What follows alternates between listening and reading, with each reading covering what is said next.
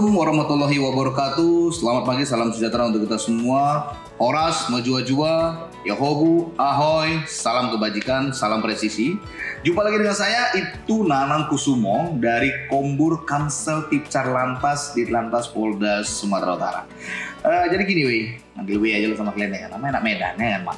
Jadi gini weh, banyak kali istilah-istilah tentang lalu lintas yang belum mungkin kita ketahui ya.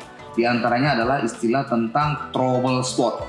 Oh, ini aja aku masih kurang paham kali ini apa trouble spot ini. Makanya hari ini aku menghadirkan bintang tamu juga, ya, mereka ataupun seseorang yang sangat mengetahui tentang apa yang dimaksud trouble spot tersebut. Oke, langsung saja, inilah Bapak Kasubdit Kamsel Ditlantas Polda Sumatera Utara, Bapak AKBP Agustinus Tarigan SH. Selamat pagi Bapak, apa kabarnya? Baik. Nah, ini Pak Agustinus Tarigan ini pokoknya kalah karu lah ini kan Pak.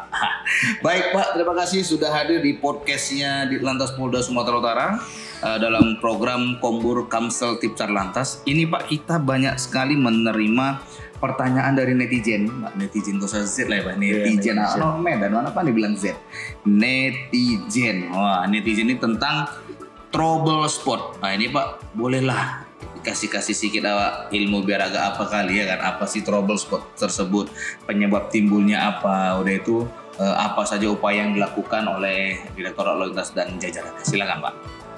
Salam lalu lintas yang aman, selamat, tertib dan lancar. Banyak salam Pak, aman, selamat, tertib, lancar. Oke Pak, silakan.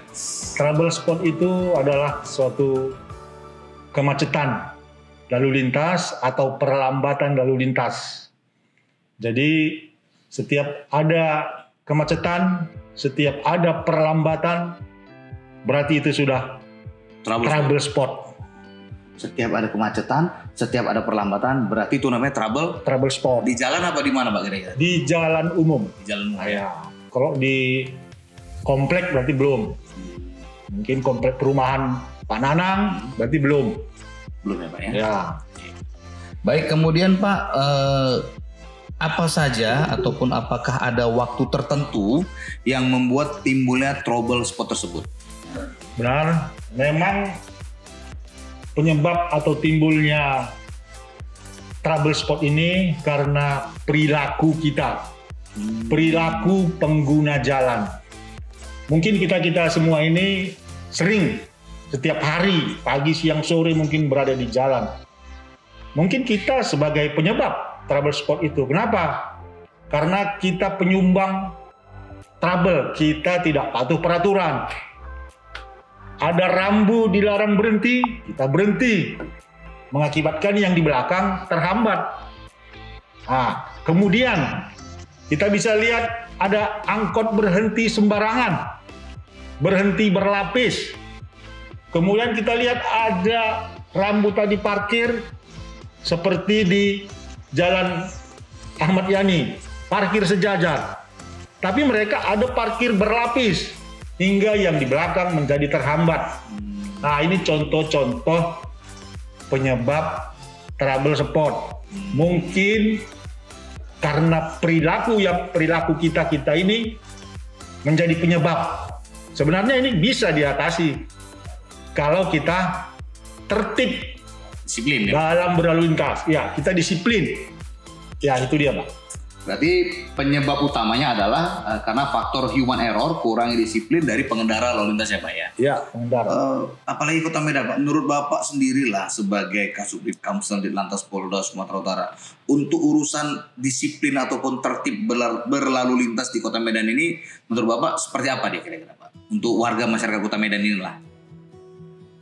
Ya, kita sama-sama melihat seharusnya kita patuh terhadap peraturan.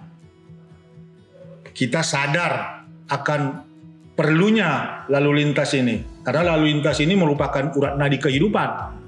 Ya, urat nadi kehidupan, kalau kita urat nadinya terhambat, waktu terputus, ya mungkin kita juga sakit. Demikian juga jalan ini, urat nadi kehidupan ini, lalu lintas ini, ya bisa jadi macet, akhirnya menimbulkan kerugian waktu pertama. Kemudian kerugian materi. Ini juga kerugian karena kita kehabisan bahan bakar di situ, waktu di sana juga habis karena trouble spot atau kemacetan tadi.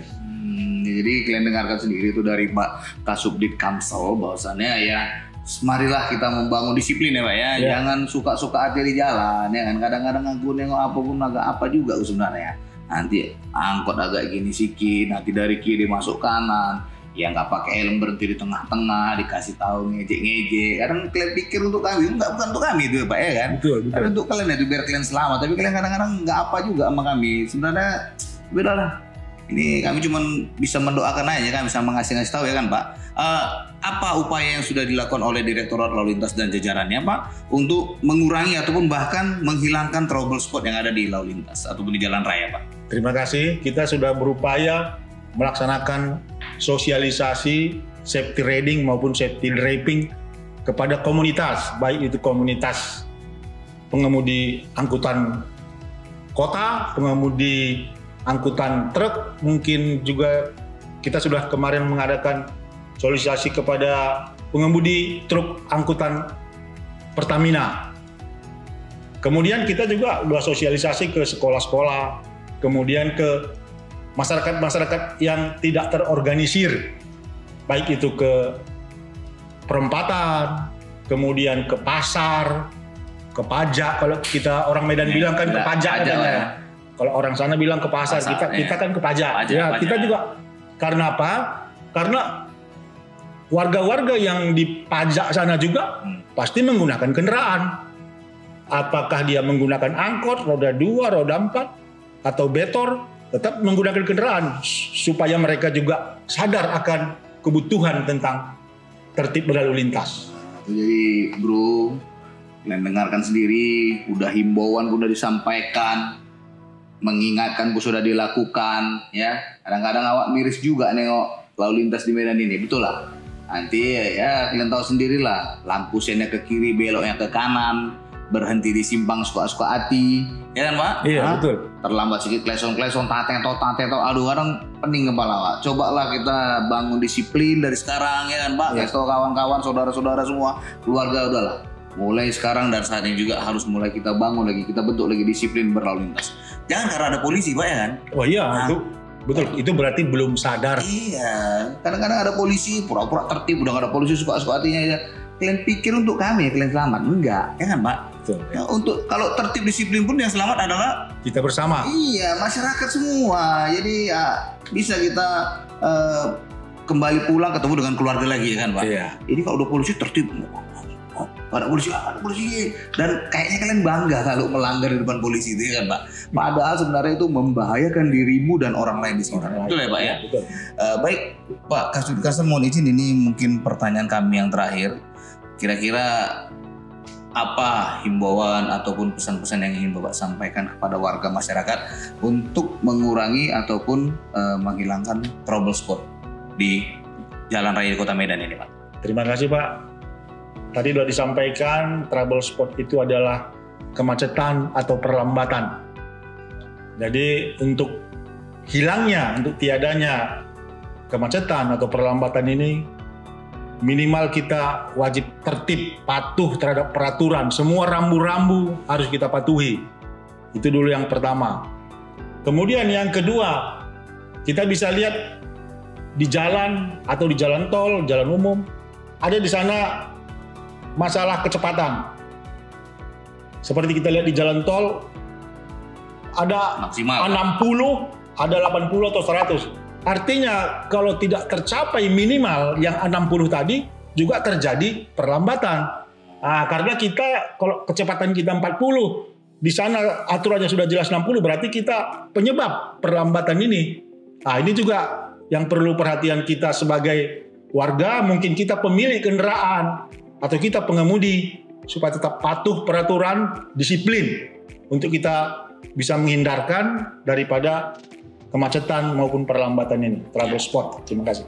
Jadi kita dengar sendiri kalian dari Pak Kasubdit sudah mengatakan yang pertama memang harus membangun disiplin ya Pak ya. Iya. Disiplin berlalu lintas sejak dini ya.